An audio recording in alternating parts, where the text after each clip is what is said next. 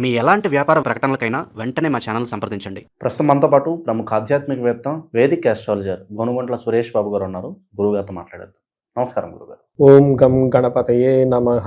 స్వర్ణలక్ష్మీ దేవియే నమోస్తుతే. పరబ్రహ్మ స్వరూపిణి నమోస్తుతే. రాజ్యం దేహి ధనం దేహి సర్వకామాంచ దేహి మే. మణికంఠ గారు నమస్కారం.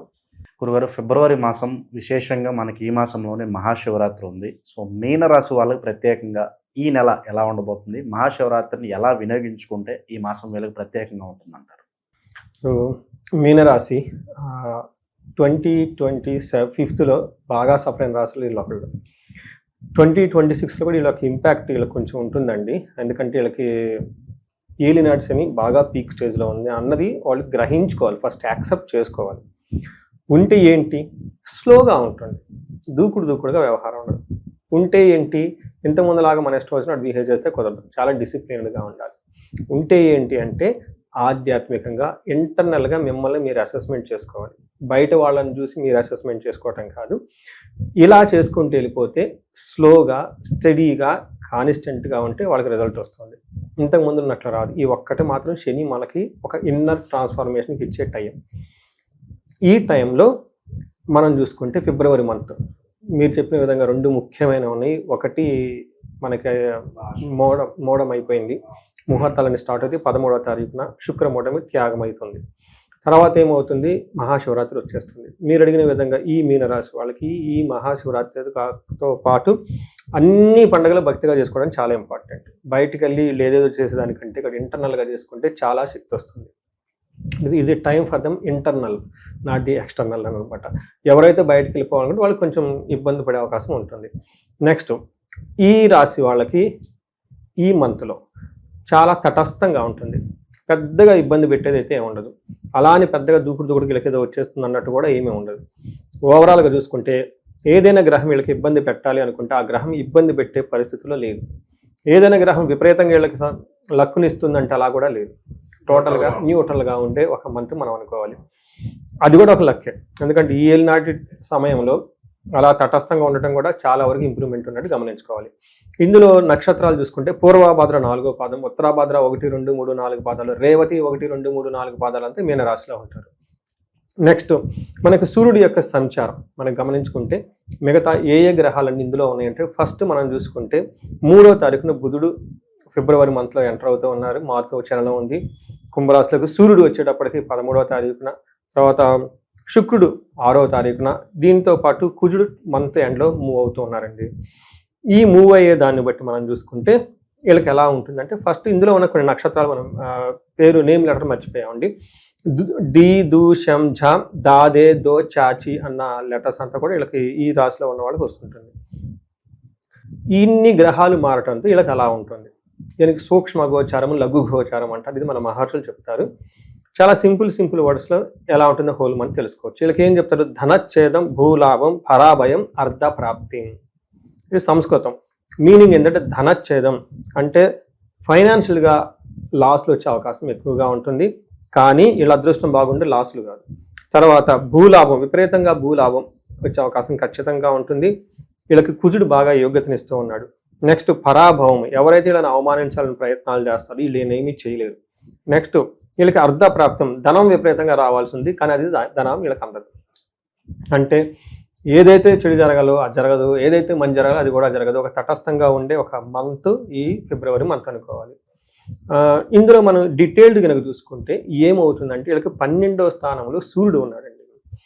జన్మరాశికి 12వ స్థానంలో సూర్యుడు ఉంటే జనరల్గా అండర్ నార్మల్ కండిషన్స్లో ఏమవుతుందంటే స్వస్థాన నాశనం చైవ, బంధురోగ ధనవేహ, ప్రాణ పర్యంత మా పత్తిం అవమానం అని చెప్తారు.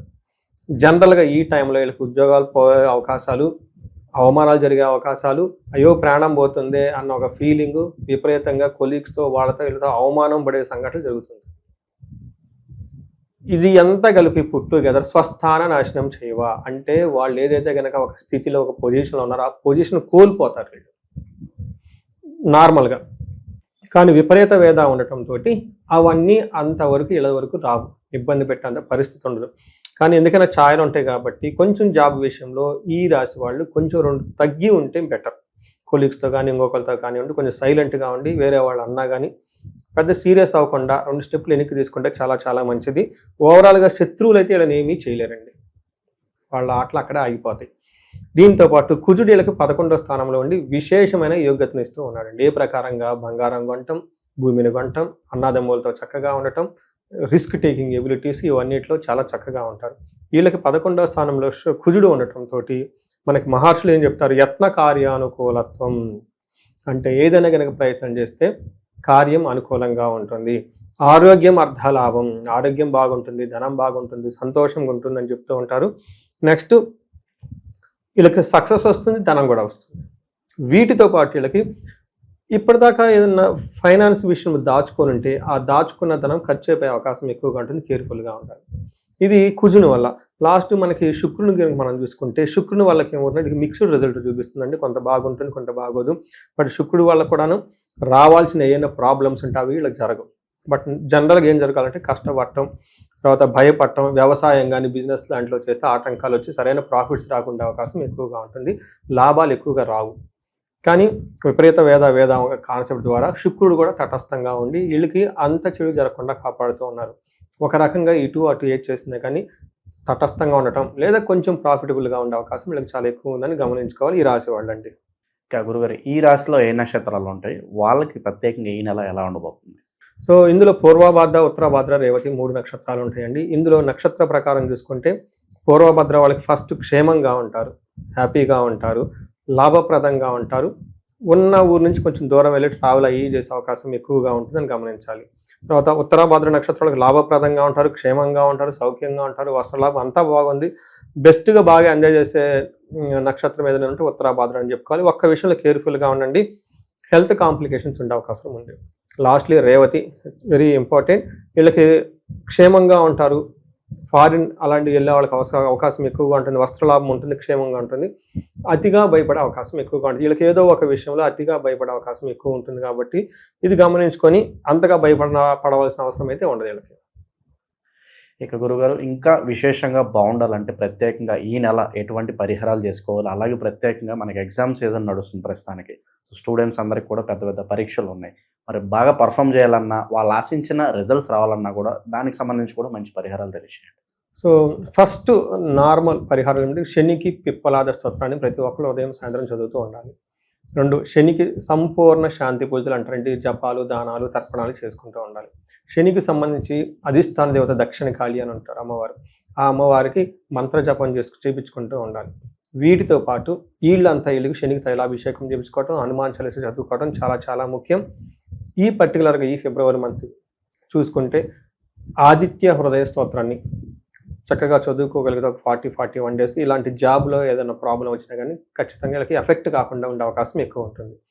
ఇది అంతా మనం జనరల్గా చేసేది. అయితే మీరు ఇప్పుడు అకేషన్ అంటే ఎగ్జామ్స్ కాబట్టి అండి, మనకి ఇంజనీరింగ్ సీట్ల గురించి కానివ్వండి, ఇంటర్మీడియట్ 10th క్లాస్, తర్వాత ఇలా ప్రొఫెషనల్ కోర్స్కి ఎంటర్ అయ్యే వాళ్ళంతా చాలామంది ప్రిపేర్ అవుతూ ఉంటారు. వీళ్ళకి మా క్లయింట్లకి మేమేం చేస్తామంటేనండి 3 రకాల దేవతలు అంటారు విద్యకు సంబంధించి. ఒకటి మేధా దక్షిణామూర్తి, బాగా జ్ఞానాన్ని, శివుడికి సంబంధించిన అవతారం. నెక్స్ట్ విష్ణుమూర్తికి సంబంధించి హయగ్రీవ మహామంత్రం అని ఉంటుంది, అది కూడా కొంతమందికి గైడెన్స్ ఇస్తూ ఉంటాం. లాస్ట్లో నీలా సరస్వతీదేవి అని అమ్మవారు అంటారు, అమ్మవారిని కూడా సజెస్ట్ చేస్తాం. ఎవరికంటే వాళ్ళు ఇండివిజువల్ జాతకం చూసి జాతకం ప్రకారం పంచమాధిపతికి సంబంధించిన దేవతని బట్టి వీళ్ళకి ఏ దేవత యొక్క హోమం చేస్తే బాగుంటుంది, ఏ దేవత యొక్క పాశుపతం చేస్తే బాగుంటుంది, ఏ దేవత యొక్క జపాలు చేస్తే బాగుంటుంది అని చేసి వాళ్ళకి హారోస్కోప్గా అనుగుణంగా గుర్తుండటానికి, గుర్తున్నదాన్ని రీప్రొడ్యూస్ చేయడానికి, ఆ తర్వాత ఈ ఎగ్జామ్ ప్రెషర్స్ అన్ని తట్టుకోవటానికి, ఎగ్జామ్స్లో మనకేమవుతుందంటే అండి ఈ సక్సెస్ మెయిన్ ర్యాంక్స్ అవన్నీ రావడానికి ఇవి మేము ఎన్నో చేయించున్నామండి. ఓకే, లాస్ట్ ఇయర్ అంతకుముందు ఇయర్ చాలా చేయించున్నాను అనమాట. ఎక్కువగా ఫిబ్రవరి, మార్చ్ అప్ టు మే వరకు చాలామంది చేయించుకుంటూ ఉంటారు. ఇలా మేధా దక్షిణామూర్తి హోమము లేదంటే పాశుపత అభిషేకం ఇవన్నీ చేయించుకుంటూ ఉంటే చక్కగా వాళ్ళు పెట్టే ఎఫర్ట్కి ఇవి యాడ్ అయితే ఇంకా 10 times రిజల్ట్ ఉంటుందండి. సో ఇవన్నీ ఫస్ట్ ఒకసారి జాతకం చేయించుకుంటే చాలా బాగుంటుంది. అందులో మీనరాశి వాళ్ళకి కొంచెం శని ప్రభావంతో స్లోగా ఉంది కాబట్టి ఇవి చేయించుకుంటే ఇంకొంచెం వాళ్ళు ఫాస్ట్గా వెళ్ళి ముందుకెళ్ళి మంచి మంచి ర్యాంకులు తెచ్చుకోవడానికి అవకాశం ఉంటుందండి. ఓవరాల్గా మీనరాశి వాళ్ళకి ఈ మాసం ప్రత్యేకంగా అన్ని విధాలా మంచి జరగడానికి ఎటువంటి పరిహారాలు చేసుకోవాలి, ఏ విధంగా ఉంటుంది చాలా బాగా వివరించారు. ధన్యవాదాలు. ధన్యవాదాలు.